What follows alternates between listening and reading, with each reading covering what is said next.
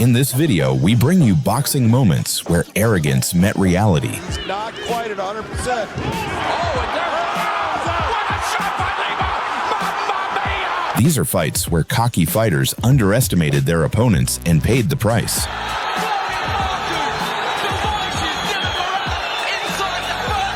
Watch how confidence turned into defeat, and how respect was earned inside the ring. Here are the best examples of humility delivered through boxing. Opolu spent much of the fight showboating, calling for more punches and trying to clown around in the ring.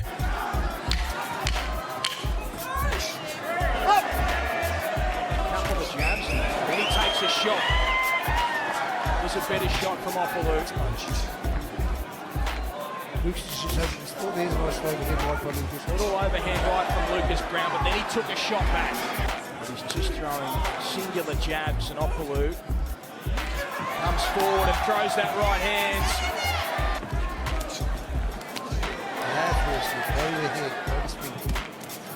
Good shots, Lucas Brown, and uppercut with the right hand from Opolu. But by round 7, Lucas Brown had had enough and trapped him against the ropes. A heavy barrage of shots dropped Opolu hard.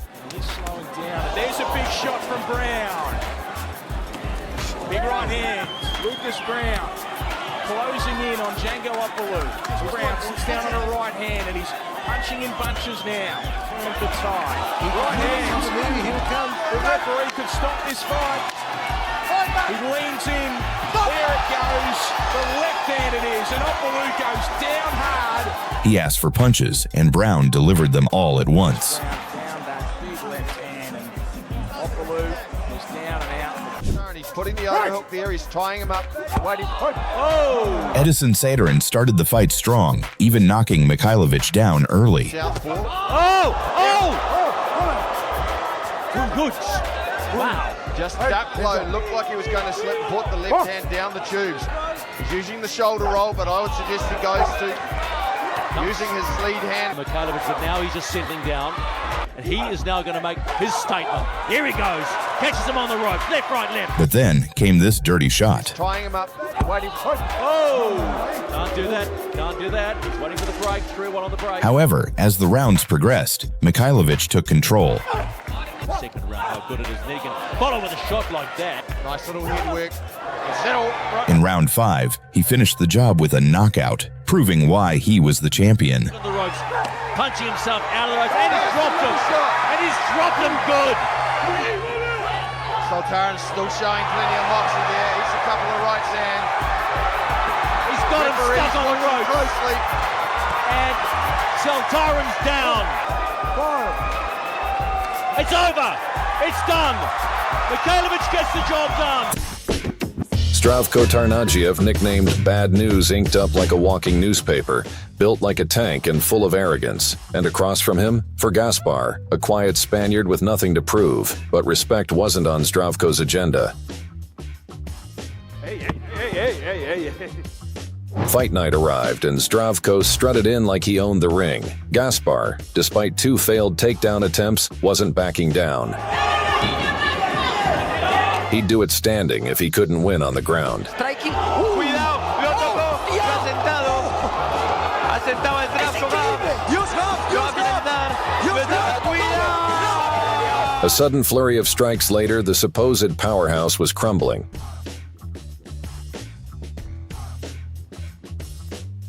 Humiliated, Zdravko walked away defeated and bruised with an injured hand.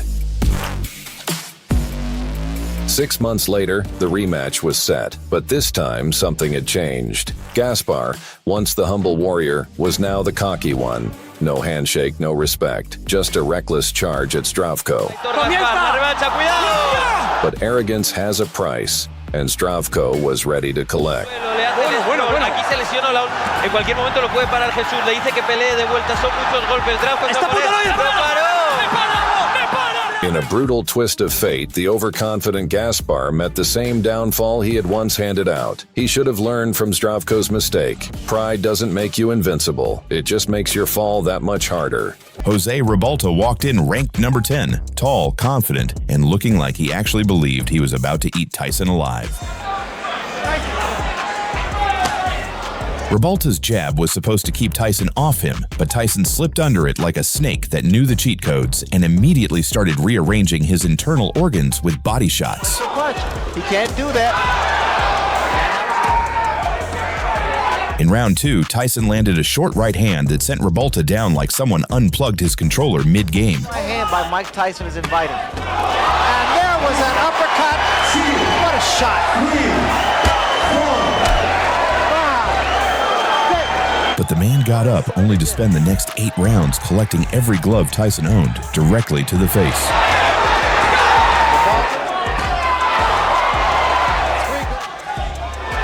Rebalta got himself in trouble. By round 8, Rebalta looked like he had been trapped in a washing machine stuck on extra spin. And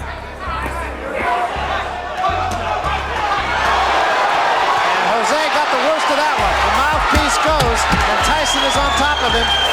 Rebalta ties him up.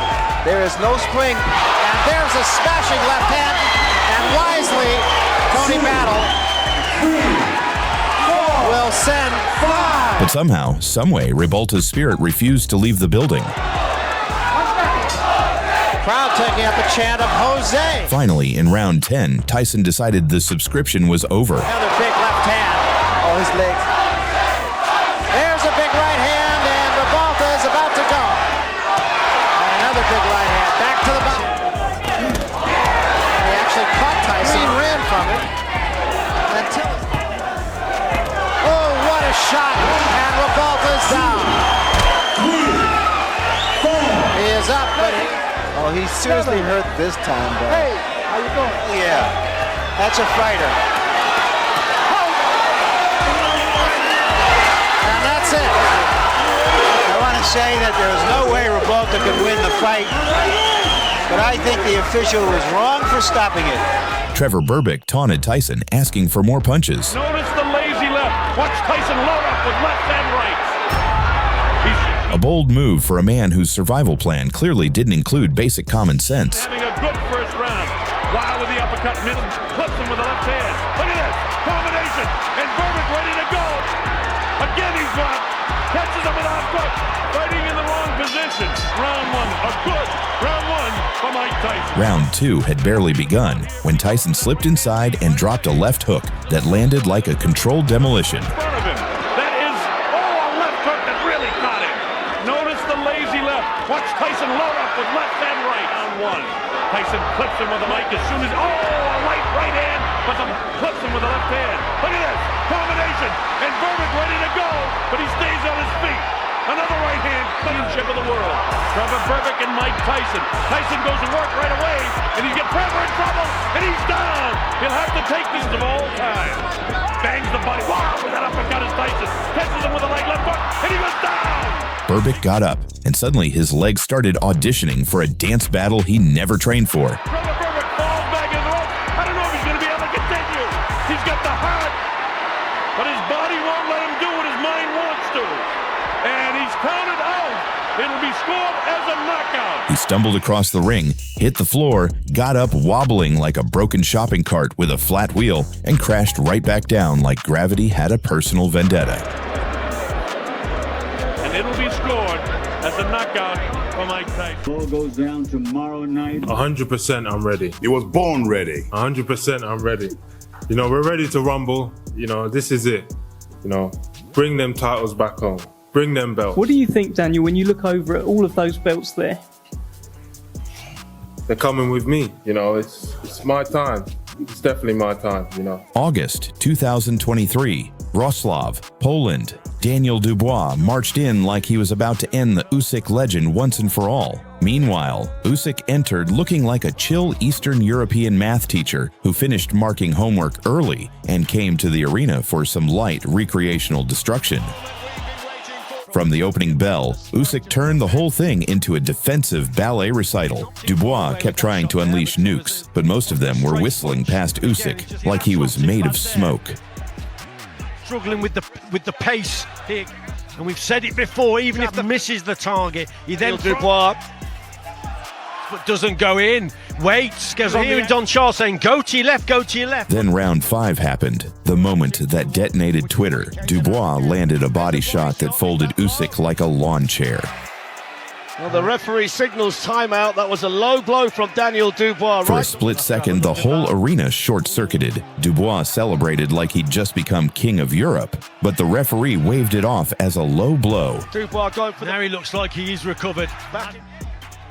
Dubois the opportunity to land a big shot himself. Absolutely. Oh, there's a big left hand from catches Daniel Dubois as he's moving back. More jabs. Just allowing Usyk now just to signs from him when he goes downstairs. Happy with the body shots, Alexander Usyk. I think he's hurt, Richie. I think Daniel Dubois hurts him. Backs to the corner, wants to fight. Good shot from Usyk, left. Really good jab from Alexander Usyk. That sent the sweat spraying off the head of Dubois. Now he's just together. By round 8, Usyk had recalibrated his aim and dropped Dubois to a knee with surgical precision. Good combination from Alexander Usyk. Little dip of the knees. Dubois down. The sound of the bell, and that came in the nick of time for Daniel Dubois. And in round 9, Usyk closed the show with a right-left combo so clean it could have been submitted as homework. Dubois there. But the straight, great shot, right hand, great shot, Daniel Dubois down. Dubois hit the floor, and the referee had seen enough. It's all over. Alexander Usyk has retained his heavyweight title belts in front of this passionate Ukrainian crowd in Wrocław, and Daniel Dubois is stopped. According to all 5 judges, oh my! Defend yourself at all times! June 10th, 2016, Merle Grard, a Dutch fighter on the point of losing his title shot, made a move that sent shockwaves through the combat world. His opponent, Armenian warrior Harut Grigorian, had been overwhelming him with relentless pressure. These explosive combinations. Desperation kicked in. Just as Grigorian momentarily turned away, Grard struck from behind. According to all 5 judges, oh my! Defend yourself at all times! An underhanded knockout that left the judges stunned and the internet in flames. Grand celebrated like a man who had earned the victory, but the moment was short-lived. Grigorian's team stormed the ring, igniting chaos. Fight the ring, people are attacking Myrtle Grunert! It's insanity! The controversial finish sparked global outrage, with fans demanding justice. 6 months later, they got it. But the stakes were even higher this time. Grard had secured the championship belt, making the rematch personal. What a performance for Harut Grigorian! Under the bright lights, Grigorian stood emotionless, his eyes locked on his rival. The crowd roared, fueling his hunger for revenge. For the first time against Harut Grigorian, here we go. It's our main event. The bell rang and Grard found himself on the canvas within moments. What a big roundhouse right hand from him. There's a knee and a right hand and Pivot out. Don't stay centered. oh, and that right hand connected. And Grunert is dead. Staggering, barely able to stand, he braced for the inevitable. Grigorian, relentless as ever, finished what he started. Grunert's in survival mode right now. We may have a new champ in the making. Harut Grigorian hitting the champ. What is it? The referee has stopped it. Are you kidding me? And new glory welterweight champion of the world, Harut Grigorian. Leandro Silva entered the cage with a primate mask, full of confidence and flair. Don't think that's all he's got, even with the moves outside the ring. His opponent, Slovakia's undefeated Marek Mazuch, carried a perfect 6-0 record and wasn't here for theatrics. On the other hand, Silva was coming off 3 consecutive losses, but you wouldn't have guessed it by his swagger. From the opening bell, he moved with precision, controlling the pace and overwhelming Mazuch. Yeah, so we may see blood early if Apollo can land. Pick his target, but he got big. Really nice double jab right hand from Apollo. This would be huge if he can finish this. A lot of heart and discipline. Short shots, but they're working, Luke. This is great tactics from Apollo. Look at the boxing on display here. No one expected this kind of dominance from the Brazilian. Mazuch struggled to find an opening. Every attempt to strike was met with counterattacks that left him on the defensive. Look at the blood really flowing from that nose now. Still riding high, Silva entered the second round with renewed confidence, throwing sharp combinations and taunting his opponent with flashy movements. Again. And I believe that's Apollo Creed. That's exactly right. Oh, look how relaxed this guy is. But karma had other plans. Just as Silva got comfortable, Mazuch struck with a devastating attack, one clean shot that ended the show. Big left hand lands. The undefeated Slovak left his record intact, while Silva went with more than a loss. Follow, he smells blood and comes flying forward as Marek. That right hook lands on the chin, and good night. That primate mask, he never put it on again. Bernard Hopkins went down in history as one of the best to ever do it. However, we just can't forget the time he disrespected white fighters. I would never let a white boy beat me. I would never let a white boy beat me. I would never let a white boy beat me. I would never let a white boy beat me. He was always cocky in interviews and fights, but he hadn't yet received the punishment he deserved for his actions. That all changed in 2016 when at the age of 51, he was looking for one last fight before retiring, hoping to secure victory and end his 27-year-old career. On the opposite side, a white fighter, Joe Smith Jr., was a formidable puncher and the one who wanted to punish Hopkins for his sayings. Common man. Special man. Which one you want? Common. You won't be special come Saturday. You will stay common. The fight was one-sided from the start, with Smith Jr. beating the old man up. Right hand by Joe Smith. Anymore, and there was no... The effects of right now. Yeah, the wider punches of Joe Smith.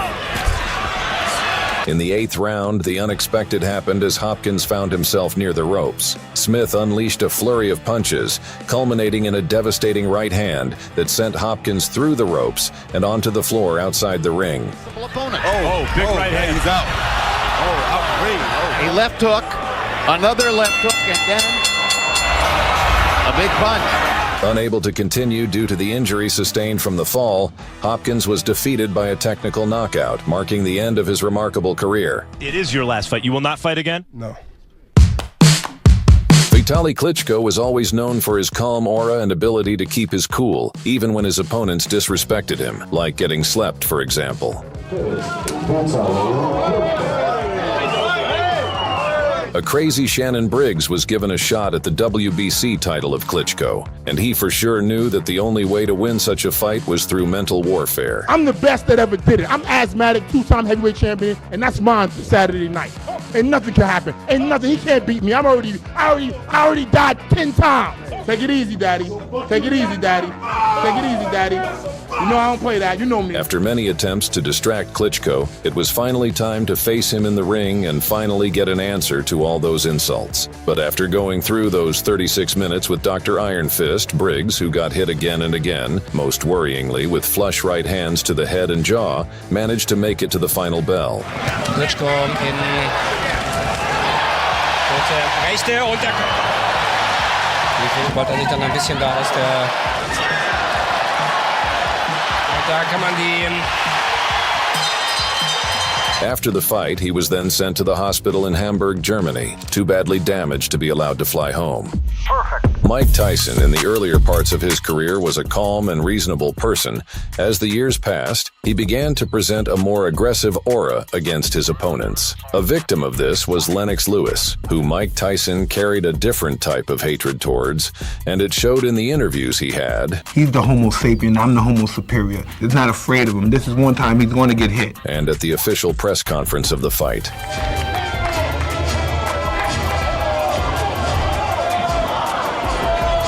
The only thing wrong with this was that Mike was no longer capable of delivering a good match against his opponents, so all of his words were literally empty. While Tyson started the fight aggressively, he eventually slowed down his pace and began eating some heavy shots by the bigger Lewis, eventually dropping him for good in the 8th round. He can't take too many more of those right hands. It's the 7th round. Lennox Lewis, tripling Mike Tyson. Lewis unloaded. Got hard. Yeah, you can't take that from him. Big right hand from Lewis, and Tyson goes down for the 3rd time in his career. By a tremendous amount of punishment.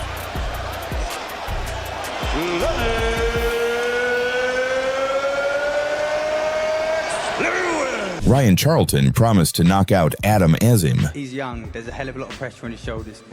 I'm a man. This is man versus boy. I just don't believe he's got this chin. Let's see if he can hit me first, so Pint-sized power, mate. Pint-sized power will get you. But instead, Azim turned the script upside down, dropping him twice in round 1 and finishing the job in round 2. But that makes, or can make, a massive difference. Azim looking to meet with the body. It's not like a knockout shot. The artillery, particularly early on, comes as a massive surprise to him. Crown. Good shot there, though. That hurt him. Rocky already. Not steady here. The left nigh here for Island Charlotte. Organised. It's the jab from the waist. Plants it down the middle. And the right hand for the Taunting is just hanging on. The down he goes again. He's very much on the front foot. Be high behind a rock. Stand in the tall grass. Do something. But stay out in the open. And the right hand comes over the top. And down he goes. He opened out, threw a left hook himself, but the right hand just came in over the top of it, something we picked up on in that. Turns out the man versus boy fight ended with the boy giving the man a bedtime story. During Knucklemania in February 2021, Brandon Lambert took his trash talk to new heights. Tonight, he makes his long... mocking and taunting Jared Grant throughout their fight. Yelling and screaming right there, he's wasting energy, and you're gonna... For one. I mean, this right here is both the fingers being waved, the stomping, the antics being done by Brandon. Lambert's cockiness was evident as he kept pointing at the audience, showboating instead of focusing on the fight. In BKFC for Jared Grant, the first 2 previous wins, TKO round 1, TKO round... Groove right now, he's seeing everything in those first 2. Right hand from Brandon Lambert. Lambert's mouth wide open on the duck. Talking and walking, he's making him pay for it right now. All those antics. 10 remaining, round number 3. Long jab again. However, in the 3rd round, Grant landed a powerful right hand that knocked Lambert out cold. He's gonna go through the end of the fight. Wild punch right there. Oh, Lambert's arrogance and trash talk had backfired spectacularly, and Grant walked away with the victory. Undefeated, Jared Kid Gotti! At Bellator 133, Alexander Shlemenko faced Melvin Manhoef in a high-stakes matchup. During the weigh-ins, Manhoef attempted to intimidate Shlemenko with various gestures. The Storm Shlemenko, give it up for him. Do not miss this main event tomorrow night. Thank you so much for... However, in the fight, it was Shlemenko who had the last laugh. Чувствительный, очень быстрый Мелвин подала как раз по вот того ставку на парта. Я считаю, что тактически Александр действует. Он более универсальный боец, когда он еще полон силы и энергии. Можно это делать. Александр уже несколько очень неудобных секунд доставил Манхофа. И вот сейчас захват за пояс. Это вот непридуманный факт, это есть на самом деле. Да, на встречных курсах проходит этот поединок. Очень опасно Александр. Задача понятна, да, надо вязать Манхофа, вязать вот это сокращение дистанции Александра тоже правильно, потому что Манхоф... Вот еще хороший удар с разворотом, да, вцепляет он с длинной и сразу пытается войти в ближнюю. У Манхофа вот этой средней дистанции размена. В размене он очень становится опасным. Бэкфест, но бэкфест такой удар, который надо скрывать. И вот как раз самая опасная для Александра ситуация. Вот опасные моменты. Вы видите, как только сложно защититься. Раз на такую дистанцию попал, все остальное время ему удается вот эту вот этот момент, да, который мы видим, когда он набрал. Абсолютно правильное решение Александра. Вот не надо было в первом раунде зарубаться в стойке. Очень правильно, видите, проход в ноги подготовленный. After enduring a tough first round, Shlemenko landed his trademark spinning back fist in the 2nd round, knocking Manhoef out cold and winning over the cocky Manhoef. Тактические наработки, которые были, все сработали, не дал было только попасть. И вот это попадание, крутят нам повтор американские журналисты, да, попал предплечьем, не кулаком, но этого хватило, потому что попадание было точным. Как раз навстречу. Ну, здесь уже все было понятно, уже в состоянии полной невменяемости падал. Еще раз бэкфест. Да, очень здорово. Вы видите, что Александр постоянно менял. Он делал удары с разворотом ногой и вот рукой. И так не ожидал. At ACA 132 on November 18th, 2021, Tony Johnson faced Mukumat Vakayev for the heavyweight title. Leading up to the fight, Vakayev took trash talk to a new level, even slapping Johnson during the pre-fight weigh-in. It's not gonna happen. They got you gonna try to smash me because that ain't fucking happening. Что делать? Он тебя разнесется.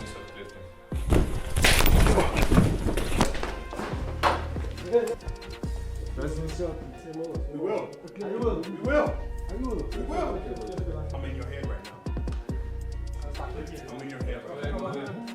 I'm here. I don't run. I don't fucking run. I don't fucking run. I'm right here, motherfucker. I don't fucking run. I fought better, motherfuckers. Put your hands at me again, motherfucker. I'll hurt you, bitch. Vakayev's cockiness only fueled the tension as he continued with his antics, claiming he would smash Johnson in the cage. However, the fight told a different story. манере начинает этот поединок. Да, возможно, пытается бой Евгения Гончарова. Так и было. Жестко. И вынужденно, да, приходится смещаться Вакаеву. По корпусу, кстати, уже хорошенечко пробил ребер. Попытка побороться. И небольшое. Пытается подняться Тони Джонсон. Работает коленями. Все, не закончится, то, возможно, бойцы будут. Чем ответит американец? Секунданты Мухаммада. Хороший джеб. Далеко не самый высокий темп. В манере как раз Мухаммад может очень быстро взорваться. Less than a minute into the first round, Johnson landed a right hand that sent Vakayev crashing to the canvas.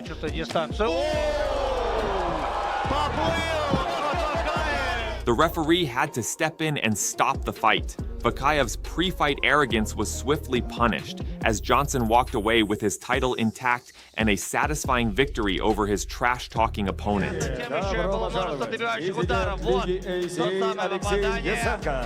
Да, и действительно, все закончилось в первом раунде.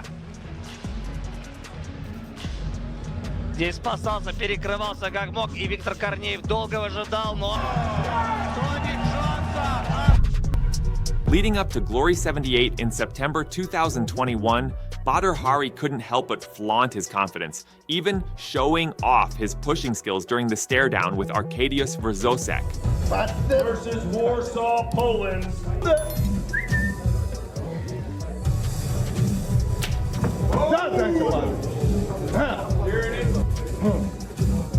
Hari, considered one of the greatest kickboxers, started strong in the fight, dropping Wrzosek with powerful body shots and controlling the action. That 81-inch reach, the same as Potter. Ribcage. I can just guarantee you there'll be a wake-up call for the push. Oh, he's down for a second. The body shots linger for a long time. See Potter with some good straight punches. Then he finally, right hand, left hook to the liver, perfectly top button. I mean, that's experience, right? Even if you hit the arm, sometimes your elbows will still get in and land. Everything Badr throws, just power. Ready to go down again. He goes down hard. However, Wrzosek had other plans. In a shocking turn of events, Wrzosek landed a perfectly timed left high kick that knocked Hari out cold.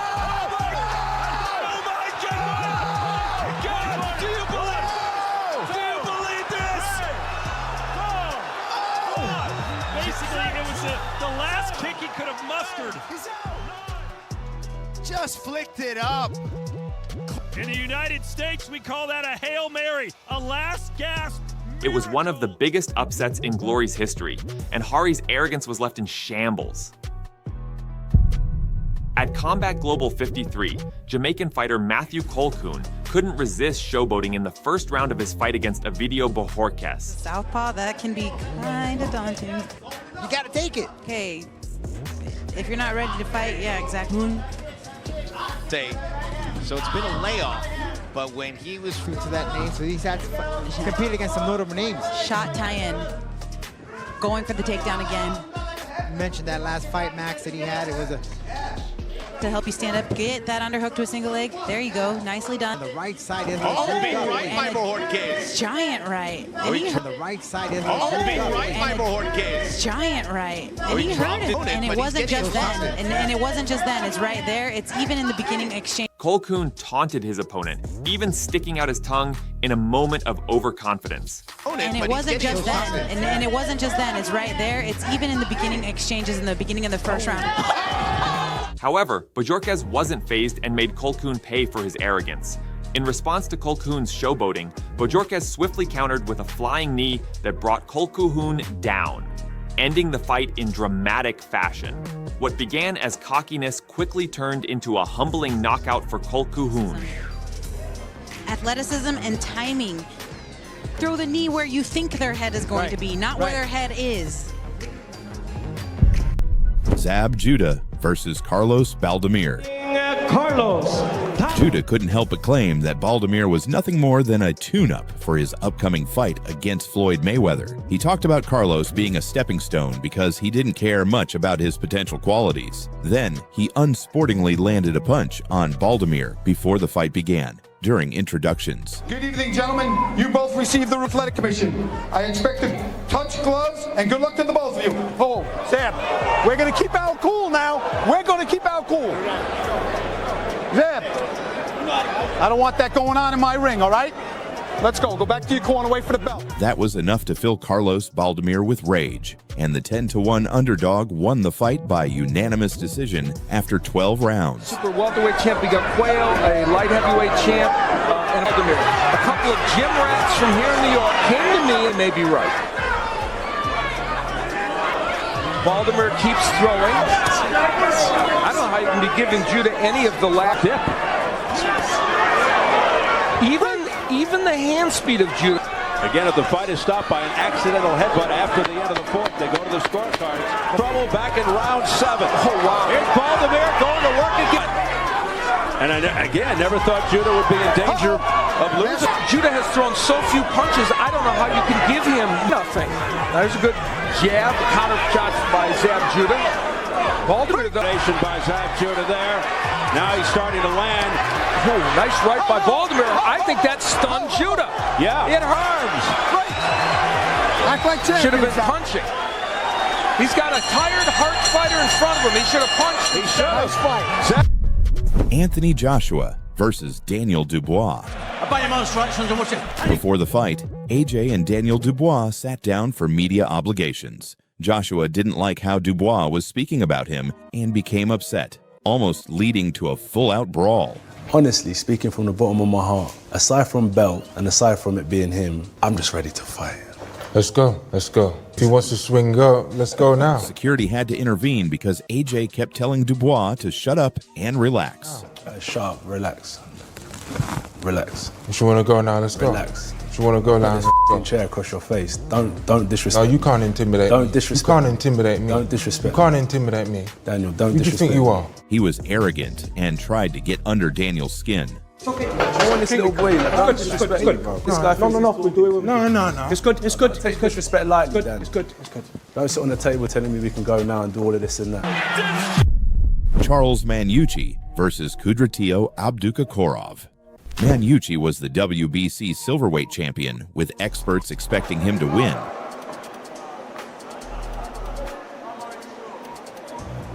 From the first round, Manucci taunted Abdukakorov, clowning around the ring, dropping his hands, and turning his back. Abdukakorov capitalized on the opportunity with a barrage of fists and went in for the kill, ending the fight in 3 minutes.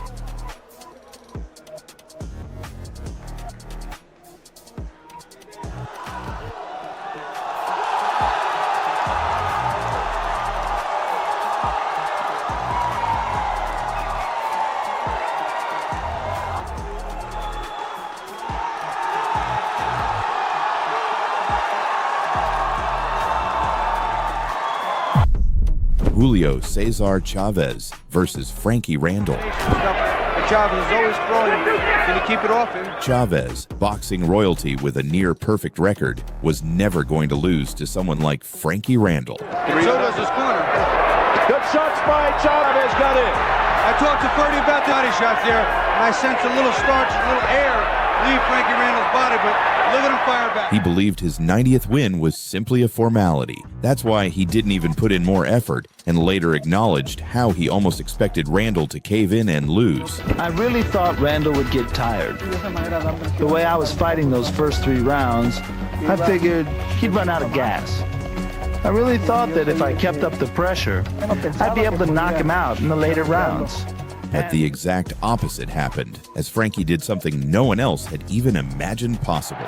Randall is answering. Every time Chavez throws, he's answering. Maybe It's the chant from the crowd, trying to urge on Chavez. Look at it. Another left by Randall. Look at Randall go. Grim determination now on the face of the champion. he came out big early, one uppercuts, because Chavez is digging low, real low with his head. To point maker. It's going to be an interesting decision if it goes there. At the pace, the punches, the team. No. That comes Chavez ahead. And Chavez is certainly carried. Oh, down goes Chavez for the first time in his career. Unbelievable. 10 seconds to a dream. He won, handing Chavez the first loss of his 14-year career.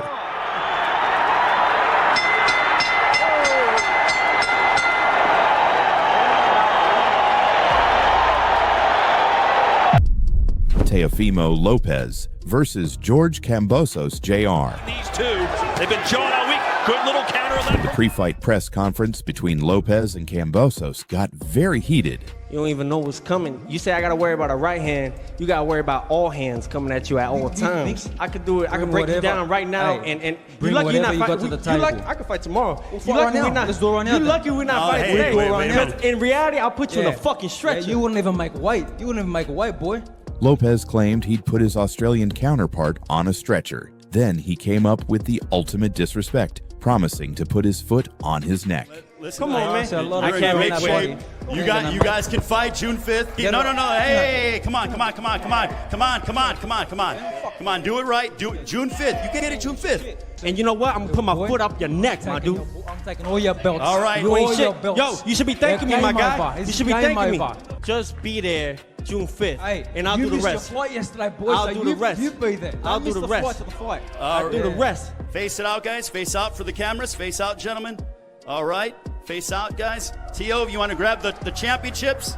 Don't forget, tomorrow night. Then came D-Day. Chin of Kambosos, and you're right, he took it pretty well. Fight with his opponent. What a right hand from George! You know how the story goes. Kambosos was electric from the second the bell went. Incredible stuff. 500 pounds right now. 31 landed punches for Lopez. Nice left hook from Kambosos. Hand from Lopez there. Lopez should be throwing it. Kambosos got out to a hot start, but the second half of the fight, Kambosos as Lopez fires back. Defeated, but his last two wins. Right hand connects. Oh, and another overhand right from Kambosos. Something to do with it, or was it simply overconfident? Urgency in the corner of Lopez. That hurt. The body shot on the inside by Teofimo Lopez. And a game-changing right hand. Kambosos such away from him. Your Lopez, don't just look for that one. He launched attack after attack, and by the end of the 12 rounds, he'd secured an extremely shocking upset win. Waiting.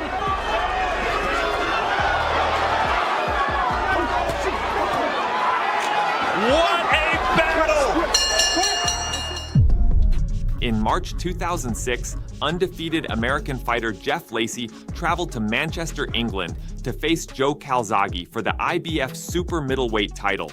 Lacey, boasting an unbeaten record and the nickname Left Hook, was overly confident, dismissing Calzaghe as a slapper and predicting an easy knockout. In his fights, you wouldn't call him a slapper? I don't think he's nothing spectacular. To me, it's not 50-55. I'm the better fighter. I haven't been beaten. I'm gonna knock him out. This is the stardom for me. This is where it all begins. This is not a money fight for Joe Calzaghe. This is for my boxing. This is career-defining fight, and this is, testing myself. It's only me and him, and that's what it all gonna boil down to. However, once the fight began, Lacey was outclassed from start to finish. He's going to get the chance to box his way. Calzaghe, I know, has been thinking he's got to try and keep. They made him shave off that beard that he's been sporting in the. Well, Calzaghe's got to be the better boxer, but is the edge in power with. He'd be the one to cut. I think if this is going to go to cut or anything like it, but This landed one to the body and then a big swing, and straight away, fighter in decline, and that he's a man ready to be taken. Jab his way in, and then content to tie Lacey up in close. Kawasaki for work rate. He's just coming crouching in. There's a right hand. That's the best shot from Lacey so far. That's the danger punch. That shot Kawasaki. This is what you get from Kawasaki. Good headshots. This is what you get from Portman. Kawasaki outworking Lacey at this stage. Lacey trying to drag Kawasaki down onto the punch on the blind side of the referee. Come on. I just feel Kawasaki's getting engaged a little bit. Right hand lead, that's his key to this fight. It's better boxing from Kawasaki. Kawasaki is outboxing like 12-round fight, and a little contemptuous smile from Kawasaki as he tags Lacey almost. The likes of Roy Jones and Bernard Hopkins, and look at that. One of the most shell-shocked men I've seen in a long time. Shelley Finkel, one-time manager of Mike Tyson. Kawasaki. He wants to get on with it because this is sober and he doesn't like it. Kawasaki, I think, is starting to tee himself up for the big attack. I think he might be looking to take him out here. Two big left hands, and Lacey is on the receiving end of a barrage of punches. Kawasaki wants to get him out of there. His legs have gone, John. He's all over the place. He's hanging on for dear life. He's trying his fight. Well, he hasn't put a foot wrong all night, John. There's nothing. Well, I can't remember a fighter being so dominant against such a dangerous opponent. Probably, but not. Look at this. And back into the corner goes Lacey. Greatest performance of his boxing career. Lacey. Calzaghe put on a boxing clinic, battering Lacey for 12 rounds and handing him a humiliating defeat that left Lacey never the same again. Lacey comes forward, embraces Calzaghe, but Lennox Lewis versus Hasim Rahman. Lewis was the undisputed heavyweight king at the time, while Hasim Rahman was just another challenger with little to no threat. Short right hand inside from the champion, and he's able to tie. Then, when they met to advertise their fight, Lewis called Rahman a nobody and started a brawl on live television. I'm 100% woman's man, so don't even play that. If you're worried about that, bring your sister, bring anyone. Look, hold. I'm gonna tell you right now, if you don't want me saying nothing about your mother, your father, or anybody else in your family, do not say nothing about my family. Be careful what you say. Do not say nothing about my family. Be careful what you say to me. Do not say nothing. Man, you ain't nobody. I say what I want to say to you. Go ahead, man. I say what I want to say to you. What you mean? I just said it. What you want me to say? What you want me to say? Say anything you like what? Like what? You want. Like what? Anything what you want me to say? Say anything you want. What? Fellas. Okay, we don't want that. Guys, hold up. Come on, big man. Come on, big man. Come on.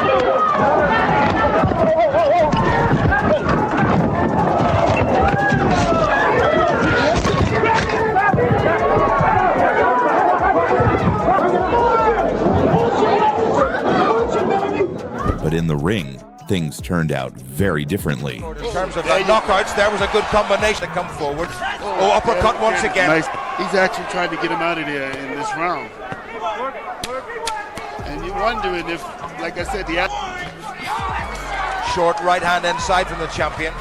18-1 on favorite. It's still too early, you know, and I still don't count. Well, this is the kind of fight that we was here looking for. Rahman in a little bit of trouble. To be fair to him, he came back, and that right hand of his has come in. A worst-rate challenger, he got to war. Holding and punching behind the head. He's got to get close in case Lennox was knocked out, dropping like a sack of bricks in the fifth, as Rahman got one of the biggest upsets ever.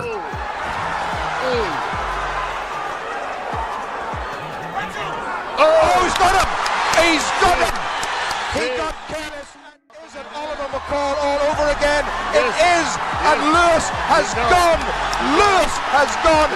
It's another upset of immense proportions. They know if they tag him, he's got to go down. Amir Khan versus Breedis Prescott. 14 inside schedule. Khan didn't think much of Prescott before their fight. He promised to come up with a new plan to shock him, as his sights were set on something bigger than the fight. He wanted the championship, and Prescott was just a stepping stone. A totally new style. You know, hands are going to be up, more lateral movement, more speed, different combinations, and more skillful combinations going in, you know, and accurate shots. And every shot I'm going to be throwing is going to be tough and hard. Well, all that big talk was just used as motivation by Prescott, who knocked out the British sensation in less than a minute, derailing his entire hype train most brutally. Combinations. And he says he's going to have his gloves up better this time, but it's Prescott. Nice right hand again, and a fast left too from Amir Khan, who's got this new trainer holding him, and he's hurt by a shot, and he's hurt another huge left, and down goes Amir Khan again. Oh, he's all over the place. Oh, he's got Prescott's got him going. The fight should be over. Oh, he's going to have to be stopped. He's flattened in the corner. Oh, these are desperate moments for Amir Khan. And it's one of the biggest stunners in British boxing history of the modern era. British press in one round. Canelo Alvarez versus Dimitri Bivol. Arsenal that he uses, but one of them being... Alvarez's camp considered the fight against Bivol a formality. Alvarez said he wanted to make history against Bivol and that no one could stop him from getting to the top. Yeah, I like that kind of challenge because I just want to make history, and this kind of challenge is going to put me in the books of history of boxing. I feel alive when I have this kind of challenge. It's my time. I feel in my prime, and I enjoy this kind of moments. Spoiler alert, Bivol did exactly the opposite. He wasn't there to make up the numbers, and over the entire fight, he was simply too good for the Mexican to handle. Sit down on those right hands. Canelo looks overhand rights being landed by Canelo. Oh, look at Bivol. Look at him go! Oh my word, Bivol! And in favor of Dimitri Bivol, that jab is Bill Alvarez. That's a great Floyd Mayweather Jr. That's what Bivol is doing right now. He fights someone he wants, but he boxes frustrated. He's been frustrated. Let's go! Let's go! Let's go! You know, I thought Canelo could have, with one of those shots, could have went down. Very strong chicken. Minute to go for Canelo. Jabs from Bivol. By the final bell, Bivol won by unanimous decision. No controversy, just sheer dominance. Canelo Alvarez was a big favorite and may have just beaten the pound for pound king. And still the WWE heavyweight champion. Terrence Crawford versus Spence Jr. Artistry and brutality with his incredible pressure. If you look at all the heated press conferences before boxing fights, this one ranks near the very top because of Spence Jr.'s overconfidence. He claimed he'd dog-walk Crawford in the ring. Make sure you bring your seasoning for Saturday night, because we're going to have a crawfish boil. We're going to boil his ass. And bring the hot sauce too. Bring the hot sauce too. You already know Bowman got the seasoning too. He gonna be right there with us after the fight. I'm gonna win because I'm the better fighter. I'm better fighter. Physically, mentally, it doesn't matter. I'm more durable than him. Like I said, I'm gonna break him down and I'm gonna break his will. Canelo Alvarez versus Callum Smith. Snaps back ahead of Callum Smith, and Canelo goes. Smith had a lot going for him ahead of the fight. Massive frame, undefeated tag, and overconfidence. Smith claimed he had the tactical noose to defeat the legendary Alvarez. Yeah, I believe so, but I'm not just a big lump with limited ability. I believe I've got skills to go with it. I don't think I believe in being in a position that I'm in now if I didn't have no skills and ability, and no tactically. I believe we've got it spot on, and I've always watched them believing if that was me in there, I believe I can beat him. I've always felt stylistically I've got the style to do it, and I've got a chance to prove it. But once the bell rang, it was a humbling experience for Smith. Alvarez targeted every inch of Smith's body.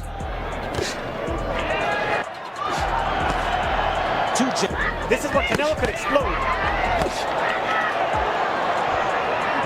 That was beautiful head movement by Canelo Alvarez and a hard hook. For Callum Smith. Also, Sergio, nice uppercut there by Callum Smith. From Canelo, it drove him back. And by the 6th round, he was battered and bruised. When the final bell went, there was only one winner, and it wasn't Callum Smith.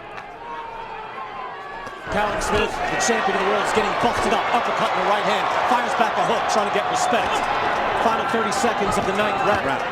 Hard right hand. by Alvarez and a body shot. He will try to go for the knockout. He will try to close the show. Canelo's going for it here. You can see hard right hand tried there by Smith. That's why the fans are looking at that. You can't blame him. Hard fighting right hand again. And a body shot from Canelo trying to close the show. Can he finish with a knockout? Canelo Alvarez with the look.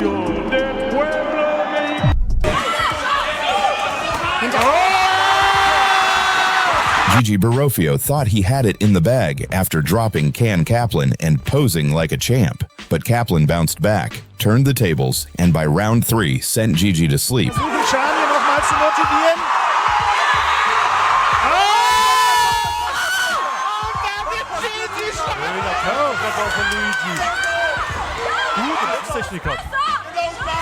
Ja, gute Beinarbeit und geht jetzt nochmal von unten Richtung Körper. In der Tat lange diskutiert. 3 Runden, 5. Öffentlich. Die ganze Pressekonferenz, das volle Programm, um dann nochmal aufzustehen nach diesem harten Treffer. Ich sag's ja, Luigi haut jetzt auch welche hinterher. Oh, da muss er sich denken, sonst wird er gleich angezählt. Sieht da fast schon so ein bisschen Joker-mäßig wirklich das in den späteren Runden. Oh! Was Schlagwirkung dahinter. Das ist... Aber da gibt's nichts mehr aufzunehmen. Zur Seite genommen und dann... Lesson learned. Don't celebrate too early, especially when the other guy still has fists. Sam Eggington defended his WBC International Welterweight title against former 2-division world champion Paulie Malignaggi. The tension was clear from the weigh-in. You're gonna get fucked up all night. Even during the fight, Malignaggi kept taunting. Right hand again from Eggington, and he's showing the chin that we always know he's had, but he has come unstuck against Sean Porter. And what a fight that was. Spencer McCracken in his corner and keep this high work rate up. Good right hand from Eggington. See that Malignaggi really was a fantastic boxer. The movement and the trickiness which he's doing here. Didn't he, a fair fight, but he showed that character. Aiming for that big right hand. This is where he began to really get to... But in round 8, Eggington silenced him with a huge shot that dropped Malignaggi for good. Looking shots from Eggington, who seems to just... Right hand, down goes Malignaggi in the 8th. He's not going to make it. Paulie Malignaggi's been knocked out here. That's a big win for Sam Eggington. To the stomach, there it is. Beautiful body shot. Shot landed, and you see it took the wind straight away out of Paulie Malignaggi, and he's on the floor here. Disrespecting Alexander Usyk is never a good idea. And while he always carries himself as a true sportsman, some people still try to downplay him. Marco Huck repeatedly showed his disrespect against Usyk, and the only thing now left was for him to live up to the expectations in the fight.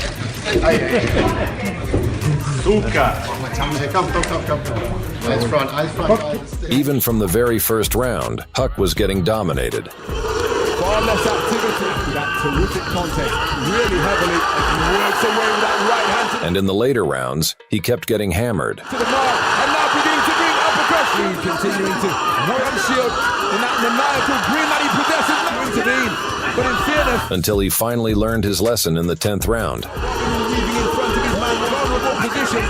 But it appears to me, as he's off the ropes, but then he tosses across the boxing ring, from right out of the corner, uppercut, working away furiously, shots underneath, Robinson stepped in, and then raised it. Marco Huck should be an example of why you should never disrespect a humble guy, because in the end, you will get stepped on. Unbeaten Remart Gaballo took on Yuya Nakamura in a scheduled 10-round bout. Nakamura went towards Gaballo's corner before the start of the fight, trying to intimidate his opponent. However, that turned out to be a big mistake, as it only made Gaballo angry. And again, Bryce able to connect 2 solid blows, make that 3-4. Gaballo went into full attack mode from the first bell, dropping Nakamura twice in the opening round. Knocked down in the first round, this matchup. Was actually very aggressive, strong starter, fast starter, something na hindi binibigay ng kumbaga yung piron sa boxing catcher. Nakamura made it out of the first round, but Gaballo went for the kill in round 2 and ended the show with a knockout. Oh, another hot landing left hook to the side of the face. 3rd knockdown of the match. Gaballo! Russian Dmitry Kudryashov took on Brazilian MMA fighter Fernando Rodriguez in a scheduled 6-round exhibition bout. However, Rodriguez presented Kudryashov with a pillow before the fight, alluding to his plan to knock the Russian out. Это подушка, намек от бразильца. Завтра после нокаута Дмитрий будет... Once the fight started, the Brazilian continued to taunt Kudryashov by daring him to throw more punches.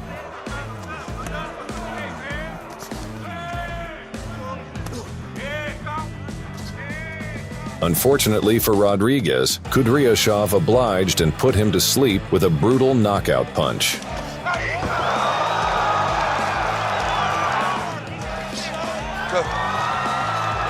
Супертяжелом весе Дмитрий Русская кувалда Kudryashov! Performed because the last fight, the Tyson and Bone Crusher fought was a waltz, and I don't plan to do the waltz. But the night of the fight, after the bell ring, I have no respect for him at all. Pinklon Thomas stepped in carrying one of the prettiest jabs in heavyweight history. Smooth, crisp, the type of jab that made grown men question their life choices. But that warm Vegas night, he learned what happens when you try to poke a hurricane and expect it to behave. 6-1 favorite. Tyson starts out with the right hand. From the opening bell, Tyson came forward like a guy who'd just heard the word patience for the first time and immediately rejected it. The jab puts the rhythm. Another big left hand. Thomas is hurt. And another left hand. His legs are not rock solid at this moment either. And a big left hand right on the jaw of Pinklon Thomas. Thomas is in all kinds of trouble. To be fair, Thomas didn't fold. He stood his ground, popped that jab, grabbed when he needed to, and even landed a couple shots that proved he wasn't just another name on the menu. Here's Mike Tyson a little bit, right? He scored with that. But Tyson wasn't there for boxing technique. He came to bulldoze anything with a pulse. A big uppercut by Tyson. And a left hand, and that staggered Thomas. And a right hand behind it. Thomas in trouble again. And now Tyson moves in for the kill. 2 uppercuts and a left hand. Thomas trying to hold on. Serious trouble. And down he goes. No! It's over. It is over. Tyson exploded with a left hook that rattled Thomas's head like it had just been unbolted. He's still positioned to throw more punches, and it's just a matter of time. That left hook there was deadly. There's no way he's going to beat me. No way. No way. I can't wait for the fight. I wish the fight was tomorrow. I can see myself knocking out Mike Tyson spectacularly, knocking him out. That time I rocked him, I'm going to rock him to sleep. I hope Don King's got room in his lap. This was the sequel nobody needed, but absolutely the one the world wanted. Frank Bruno, fresh WBC champion, walked in flexing muscles stacked like Lego bricks, the kind of body that looked ready to stop a moving train. Sadly for him, Mike Tyson doesn't come in train. He comes in a natural disaster. Huge reach advantage, and here we go, round 1. From the opening bell, Tyson charged forward like a man who'd spent his whole time away replaying one mission in his head: take back everything. To hold on, which he did with McCall's, Mills Lane. Tyson's people wanted to bob and roll, be less of a target. That's the first one he felt the steam. It was a nice effort. And anytime, oh, here comes Tyson. Tyson with a combination with 20 seconds left in round 1. Hey, Gurley, you can't fix a chin that was never great to begin with. A left hook by Tyson, but Bruno comes forward. By round 2, Bruno's face was sending out emergency alerts in bold, flashing letters. Anytime he gets close to... Oh, a left hook by Mike Tyson, flush on the face of Frank Bruno. Another left, and a combination by Tyson. Then round 3 arrived, bringing Tyson with it, and the storm finally hit full force. By Tyson, Tyson, laying it on, pouring it on, down goes Bruno into the ropes. And it is all over. It is all over here in round 3. Mike Tyson is champion again. Look at it, Mike lands a body shot there and then the hook. And then what he does best, he comes up, another hook and right hand. You'll see him rip the uppercut. There's one. Bruno is out, and now it's just a matter of pummeling and finishing the job. The coup de grace, done. I can box as good as he can, and I keep him in the middle of the ring, and I can punch if not better than Tyson. It'll be a win to let everybody know that Donnie Long is back. This is Donnie Long, a man who strutted into the ring looking confident, but realistically should have turned around and gone straight back to the locker room. Into the first round, his fifth first-round knockout. Again, Tyson in the white, in the red and the gold is Donnie Long, ends of age. Long is 27. Oh, wow. Well, that was quick. Long beat the count at 3, but his expression already confessed, yeah, this was a terrible life decision. Left hand again. Well, he nearly sent Long out of the ring with that left hook. Tyson, oh, Long is down, second time. Tyson comes out with a strong right hand barrage again. This is as bad as I've ever seen Donnie Long look, but give Tyson credit, that's it. Wow. The left hand puts him down. He collapses, and this one is over as the doctors rush into the ring. The arrogant Ricardo Mayorga faced off against the humble Shane Mosley. Before the fight, Mayorga mocked and provoked Mosley in every way possible. First, he blew smoke in Shane's face. Come on, man. It's an athlete. Come on, man. Oh, wrong with you, man. And at the press conference, he did a despicable act to Mosley's wife, which pissed Shane off and provoked a fight. Mosley lived with only one thought. I just can't wait, I'm gonna kill him. He wanted to avenge his wife's honor and defend his dignity in the fight. In the fight, Mayorga continued to humiliate Mosley.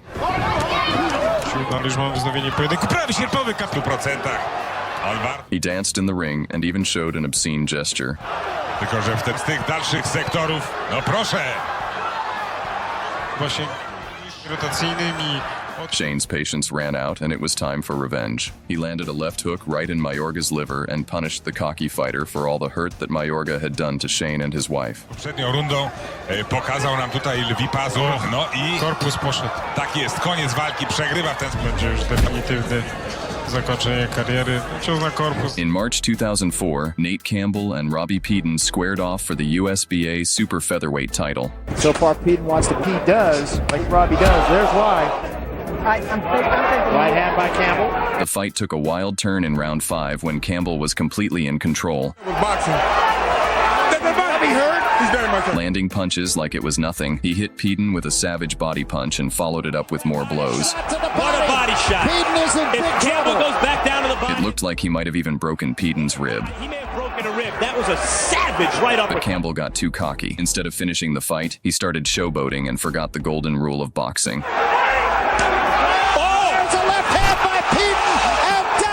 Peden saw the opening, took a swing, and Campbell got knocked out cold. James with the hands down, okay? Thank you very much.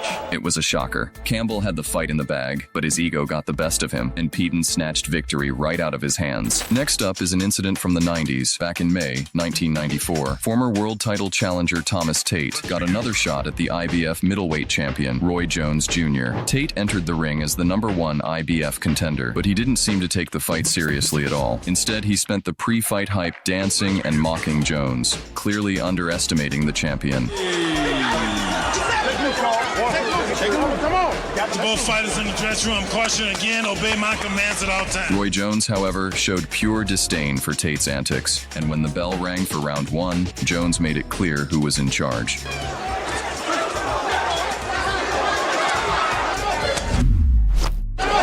With a dominant performance, knockouts. Jones quickly put Tate in his place, Hand speed. You can see it. Tell you what, though. Jones, knocking him down in round 2. 96 punches in round 1. Oh, and down goes Tate. Wow. It was an inside left. He's on the corner. Tate got up, but it was obvious he was in no condition to continue. His trainer, realizing the fight was slipping away, stepped in to stop him from taking more punishment. Roy Jones Jr. danced his way to victory in the second round, claiming his 6th career second-round knockout. Tate just walked right into a clean left hook, and that was it. The fight between Tony Tao and Cameroon was straight-up fireworks, packed with beef and some serious trash talk. Cameroon was throwing insults like mocking Tao and even went as far as saying the fight wouldn't last long, like he was ready to turn Tao into a punching bag. I look at it, this is my time. You know, Dave's had his time, this is my time now. I'm going to stop this man inside the distance. But Tao fired back with some sharp words of his own, telling Cameroon he'd be schooling him in the ring. Respectfully, I believe this will be Shane's last fight. I'm really going to hurt you. You know, and I just appreciate you for allowing me that opportunity. When the fight finally kicked off, Cameroon came out swinging. trying to land those big haymakers right off the bat, but Tao was cool. He's not panicking, he's not pushing the fight. He dodged most of those wild punches and picked his moments to strike. Can he hold up against the power? And, he's landed the left hook 3 times. At the end of the round, Tao landed a left hook that stunned Cameroon, followed by a barrage of punches. Although Cameroon managed to get back on his feet, it was only to endure another series of devastating punches.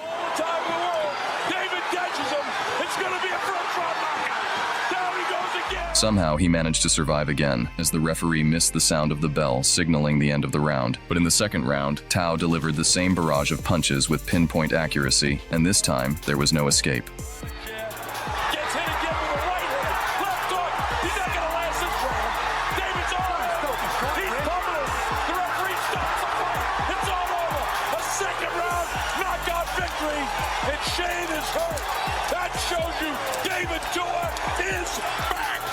In July 2017, Albert Pagara faced the flamboyant veteran Keomani. For 2 rounds, Keomani dominated, treating his young opponent like a clueless schoolboy. Prince Albert, but I'm representing the King of Thailand. Growing cockier, Keomani began dancing in the ring.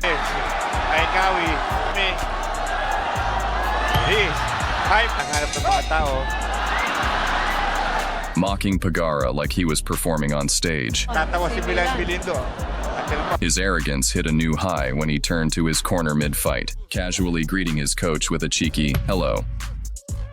But the antics didn't last long. Pagara, tired of the showboating, unleashed a thunderous liver shot that dropped Keomani like a sack of bricks. That's it. Too much clowning. In a poetic twist, Pagara avenged his humiliation. The cocky dancer wouldn't be doing any fancy footwork soon, unless it's the coffin dance.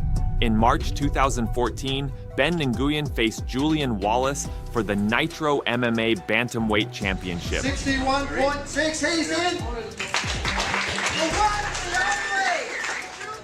Wallace, known for his intimidating pre-fight behavior, pushed his fist aggressively into Nguyen's face during the weigh-in, attempting to get into his head.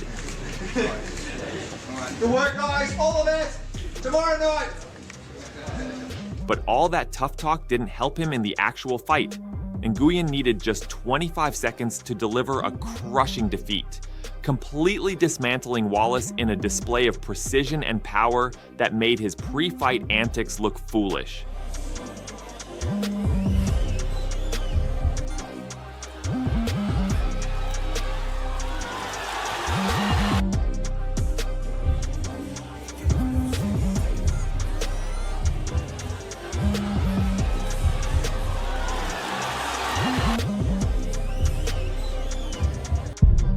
At the 2007 K1 World Grand Prix, South Korean kickboxer Soo Park squared off against Japanese veteran Musashi. During the early part of the fight, Park repeatedly landed illegal low blows, causing Musashi significant pain and sending him to the canvas several times. Each time, the fight had to be paused, and Park showed no remorse for his actions.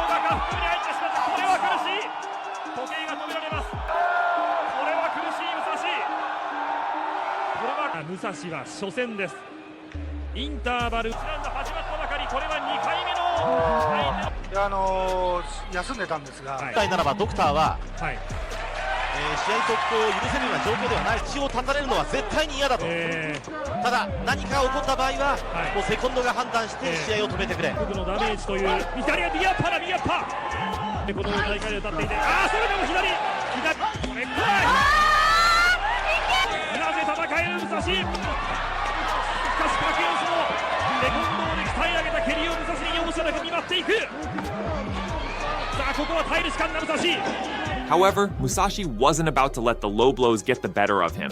When the action resumed, he composed himself and unleashed a powerful series of strikes. One particularly brutal combination landed flush on Park's jaw, knocking him out cold and giving Musashi the sweet taste of revenge.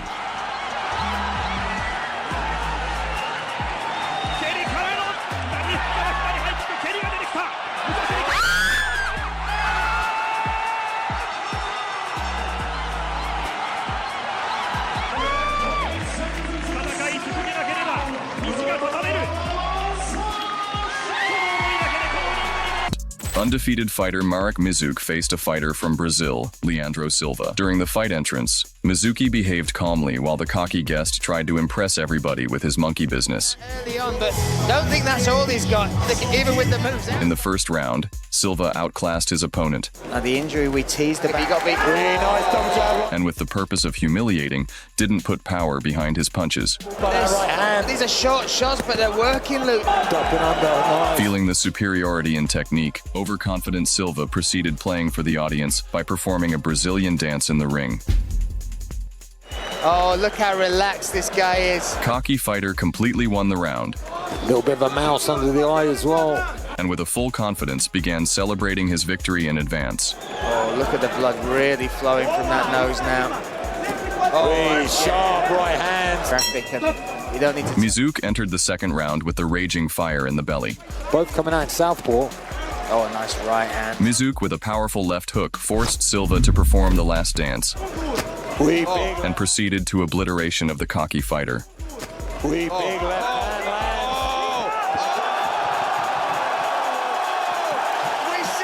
This is Usman Ahmed.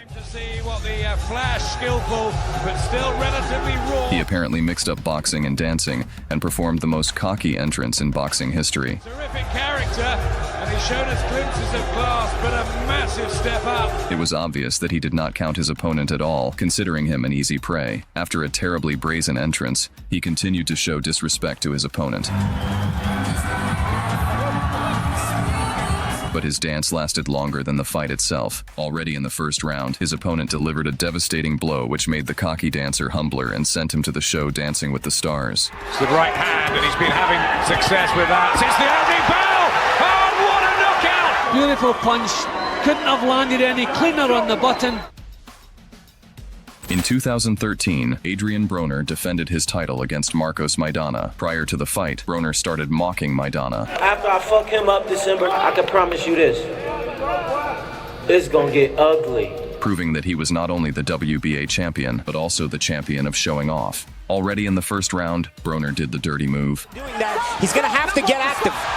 Oh, wow. He literally confessed his love to Maidana. Maidana did not appreciate such a display of affection and sent Broner to dry on the ropes like laundry. Broner goes down for the first time in his career. Marcos was easily breaking Broner defense. By Maidana, another right hand by Maidana. All the power. Yeah, he's the old Maidana, but looking to revenge on the cocky fighter for all his arrogance. Slow pace favors Broner.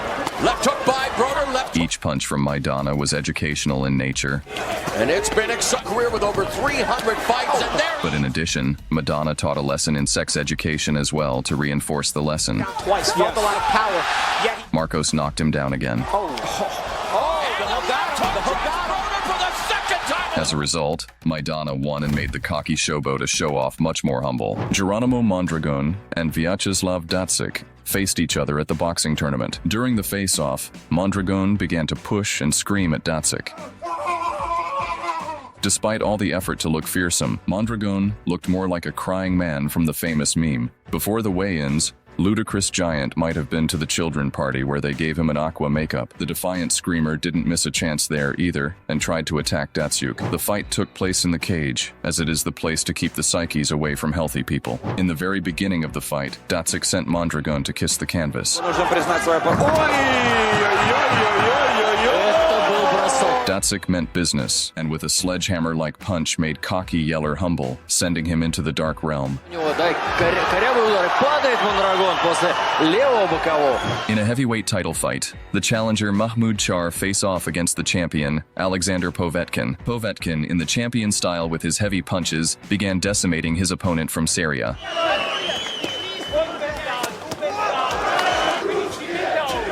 In an attempt to neglect the punches from Povetkin, Char, using grimaces, decided to show he wasn't hurt.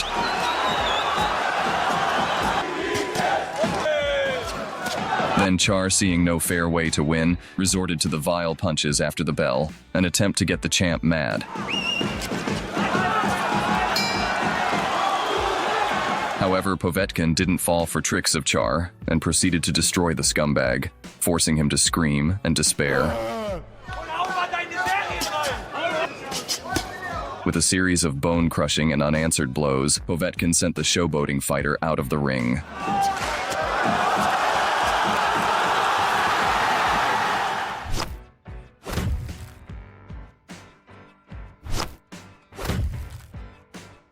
In March 2006, Badr Hari and Peter Graham faced off at the K1 World Grand Prix. Leading up to the fight, Hari did nothing but disrespect Graham, even going as far as starting a brawl at the press conference. He insulted Graham, calling him an amateur and acting completely dismissive. I see your tape, I see you fighting. You look like an amateur. Something else. How old are you? Oh. I'm 30, man. Okay. Drop dead, motherfucker. Oh. No, fuck you, man. See you tomorrow. What are you fighting? No, fuck you, man. See you tomorrow. What are you fighting? But in the actual fight, Graham made quick work of Hari, knocking him out with his signature Rolling Thunder spinning kick in the third round. Пронзительный. Ну, а Питер Грэм такой, ну, можно сказать, бара, без стали, но мускулатура. Боец. Питер опытнее Бадра Хари. Бадр начал в 2001 на мировом гран-при с Филом Феганом. Не модель боксера в ринге находится. Ударов побывать в нокдауне и нерв. То ли состояние этого тяжелого опьянения, так, на которое он может эффективно попадать.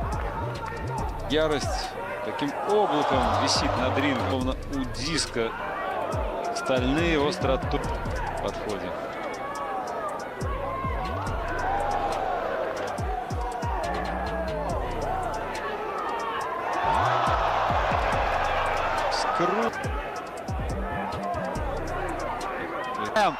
Невероятно, невероятно, он эти и поймал в ловушку, в капкан самого Бадра. The kick didn't just win the fight, it broke Hari's jaw in several places, keeping him out of action for nearly a year.